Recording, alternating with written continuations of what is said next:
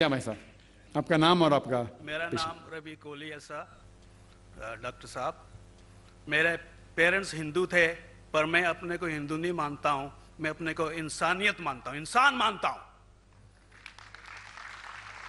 By chance मैं जमा हूँ हिंदू जगह घर, और आप जमे हैं इस्लाम के घर, और दूसरे जमे उनके घर, पर सबसे ज़्यादा है इंसानियत। और अभी तक मज़हब ने, कोई भी मज़हब हो, इंसानियत के ऊपर अमल नहीं किया। आपने 12-13 साल से इसमें स्टडी कर रहे हैं, मैंने 30 साल से स्टडी कर रहा हूं, बाल मेरे सफ़ेद हो गए हैं, रोटी के लिए मैं बिजनेस करता हूं। पर जो किताबों के आपने पढ़े हैं, आपने ये जांच की वो किताबें किसने लिखी हैं? हजारों साल बाद लिखी हैं। पहले एक जुबान की बात होती थी, कोई राम राम राम कह के उसके कहावत है मर मर मर कहने लगा, उसको पूजना है। वेदा ऐसी थी, ग्रीक मैथोलॉजी ऐसी थी, इजिप्शियन मैथोलॉजी ऐसी थी, एब्राहम से लेके मोसेस तक, और आपके मोहम्मद साहब के तक। आपका मोहम्मद साहब का जो किताब लिखेगी कुरान, 50 साल बाद लिखेगी, और नहीं 40-50 कोई भी हो। पर मुझे माफ करना साहब, मैं आपसे एक सवाल ये उठना चाहता हूँ। हम सब इंसान है, इंसान को एक करके सब मजहब 21st सेंचुरी में इंसानियत मजहब क्यों नहीं बनाते? जो आप ठहरा, मैंने अभी खत्म नहीं किया जनाब, मैंने हमने खत्म नहीं किया।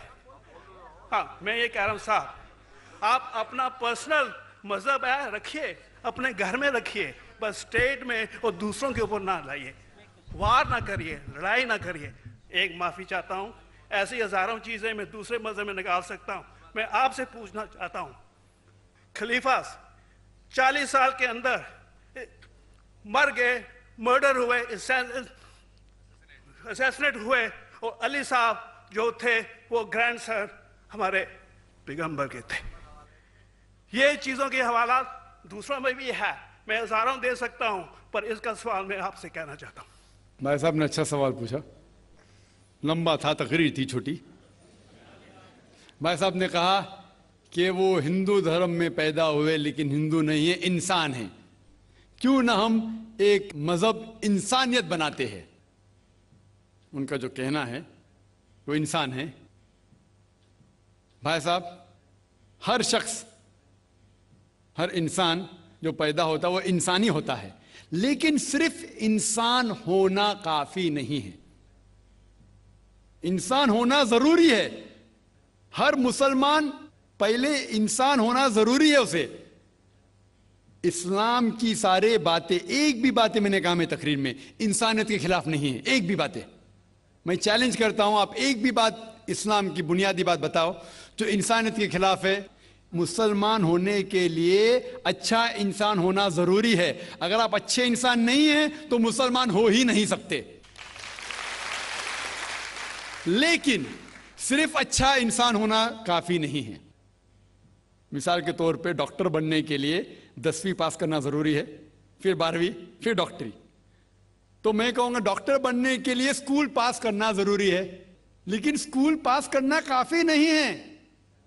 तो इस्लाम में अच्छा मुसलमान बनने के लिए अच्छा इंसान बनना जरूरी है, लेकिन सिर्फ अच्छा इंसान बनना काफी नहीं है। समझ रहे? क्यों? क्योंकि इंसान को जिसने पैदा किया उसकी इबादत करना जरूरी है। जिसने आपको पैदा किया, जिसने आपको पैदा किया, उसकी अगर आप इबादत नहीं करेंगे तो इंसानियत के नाम पे कलंक है। आप कहते हैं कि मजहब, जितने मजहब है सब भेदभाव पैदा करता है, नफरत पैदा करता है। आपने कहा, शंकराचार्य ने बिल्कुल सही कहा। शंकराचार्य ने कहा कि कोई भी मजहब नहीं सिखाता कि आपस में भेदभाव करना। उनकी भी स्टडी है, मेरी भी स्टडी, आपकी भी स्टडी है। आपने कहा कि मैंने 10-12 साल किया, आपने 30 साल किए। अगर आप 30 साल किए उसका मतलब नहीं कि आप मुझसे अच्छे हैं, जरूरी नहीं। मैंने नहीं कहा कि आपने कहा, मैंने ये भी नहीं कहा कि आपने कहा। मैंने कब कहा कि आपने कहा? मैं कह रहा हूं, मैंने कब कहा कि आपने कहा? मैं कह रहा हूं क्योंकि आपने कहा कि अब 30 साल की स्टडी की। मैं हिंदू मजहब पे भी चंद साल के अल्हम्दुलिल्लाह सुम्मा अल्हम्दुलिल्लाह, कई शंकराचार्य से बात की, कई स्वामी जी से बात की, कई प्रीस्ट और फादर से अमेरिका में की। मैं तो अभी तक जवान हूं माशाअल्लाह, अल्लाह का फजल है, अल्लाह का फजल है। आपने कहा कि मजहब भेदभाव करता है, यह कहना बिल्कुल गलत है। मजहब भेदभाव नहीं करता। जो मजहब के मानने वाले हैं वो मजहब को सही तरीके से नहीं समझते हैं, इसीलिए भेदभाव पैदा करते हैं, वो अलग बात है। गलती है मजहब के मानने वाले की, मजहब की नहीं। ये कह रहे हैं कि मजहब की, मिसाल के तौर पे एक मर्सिडीज कार है, मर्सिडीज कार है, मुझे ये जानना है कि मर्सिडीज कार कितनी अच्छी है। तो एक ड्राइवर मर्सिडीज कार चलाते जो ड्राइविंग जानते ही नहीं और मर्सिडीज कार को ठोक देते, तो किसकी गलती है, मर्सिडीज गाड़ी की कि ड्राइवर की? अगर आपको जानना है मर्सिडीज कार कितनी अच्छी है तो आपको यह देखना चाहिए स्पेसिफिकेशन, उसका पावर कितना है, हॉर्स पावर कितना है, माइलेज कितना है, सेफ्टी मेजर कितना है, उसकी तहकीक करने के बाद आपको कहना चाहिए कि कितनी अच्छी मर्सिडीज कार है। अगर जानना चाहिए कितनी अच्छी है तो उसको बिठाओ जो ड्राइविंग जानता है। तो इसीलिए इस्लाम को जानने के लिए मुसलमानों को मत देखो, अगर देखना है तो मोहम्मद सल्लल्लाहु अलैहि वसल्लम को देखो। आप मुझे मत देखो, मुझे मत देखो, हमारे आज के मुसलमान को मत देखो। देखो जो सबसे अच्छा ड्राइवर है, सबसे अच्छा इस्लाम को समझ चुका है, वो मोहम्मद सल्लल्लाहु अलैहि वसल्लम है। उनको देख के इस्लाम की तहकीक करो, और तहकीक करने के लिए आपको इस्लाम की किताब पे जाना पड़ेगा। और आपने जो कहा आखिर के अंदर कि सारी मजहब किताब बाद में लिखी गई, पहला कहना था, आप काफी हद तक के सही है, आप काफी हद तक के सही है कि आप बिल्कुल सही फरमाते, लेकिन यह कहना कि सारी मजहब की किताब, उसमें गलती है। अक्सर मजहब कितने किताब है, वेद हो, उपनिषद हो, बाइबल हो, ओल्ड टेस्टामेंट हो, न्यू टेस्टामेंट हो, आपने कहा मूसा अलैहिस्सलाम से लेके वहां से था, लेकिन आखिरी में जो आपने गलती की, मोहम्मद सल्लल्लाहु अलैहि वसल्लम, वहां गलती की। आखिर में आके आप अटक गए, आखिर में आके आप फंस गए। आपने शायद इस्लाम का मुताला सही तरीके से नहीं किया होगा, आपने शायद अरुण शुरू की किताब पढ़ी होगी। अगर आप कोई मजहब का मुताला करना चाहते हैं तो जो मजहब को समझ चुका है उसकी किताब पढ़ो। आप अगर अरुण शुरू की किताब पढ़ेंगे और इस्लाम के मुताला करा कहेंगे, ये किधर का सही फैसला है? मैं कहता हूं अरुण शुरू जैसे लोग की पढ़ी होंगी, क्योंकि जब भी कुरान नाजिल हुआ, जब भी कुरान की आयत नाजिल होती थी, मोहम्मद सल्लल्लाहु अलैहि वसल्लम अनपढ़ थे। जब भी कोई आयत नाजिल होती थी वो उसे याद करते थे और अपने साथियों सहाबा से उसकी तिलावत करते थे और सहाबा फौरन उसे लिख लेते थे। तो मोहम्मद सल्लल्लाहु अलैहि वसल्लम की मौजूदगी में हर आयत लिखी जाती थी और वो उसे चेक कर, मिसाल के तौर पे इक़रा बिस्मि रब्बिकल लज़ी खलक़ आयत नाजिल हुई, उन्होंने याद किया, सहाबा से कहा, सहाबा ने लिखा इक़रा बिस्मि रब्बिकल लज़ी खलक़, पढ़ के सुनाओ, पढ़ा, हाँ सही। अगर गलती होती तो वहीं टोक देते थे। तो मोहम्मद सल्लल्लाहु अलैहि वसल्लम की मौजूदगी में जब भी अल्लाह सुब्हानहू व तआला आयत नाजिल करते थे वो याद करते थे और लिखवाते थे और चेक भी करते थे।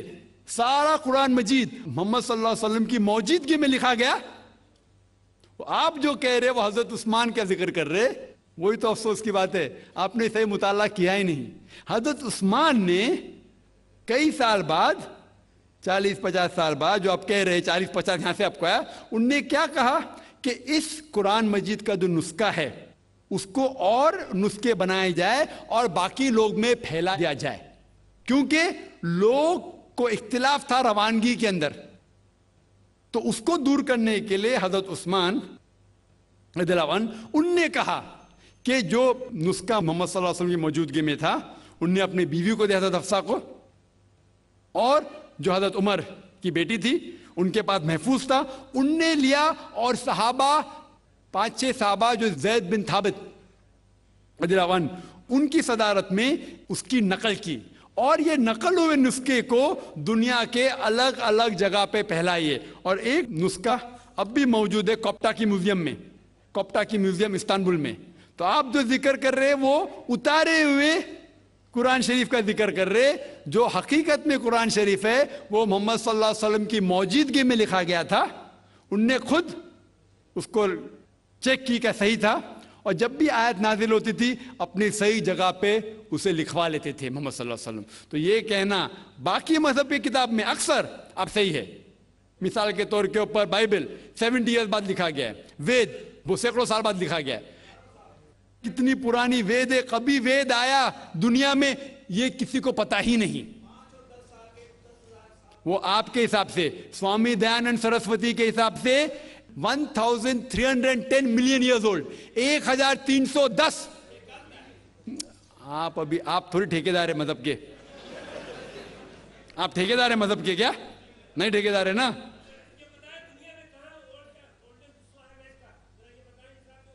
हाँ इसलिए ओ भाई साहब ना, बिल्कुल सही भाई साहब भाई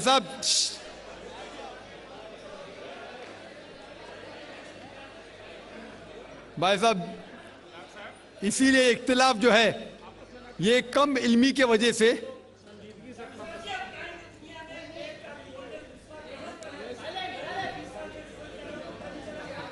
वेद का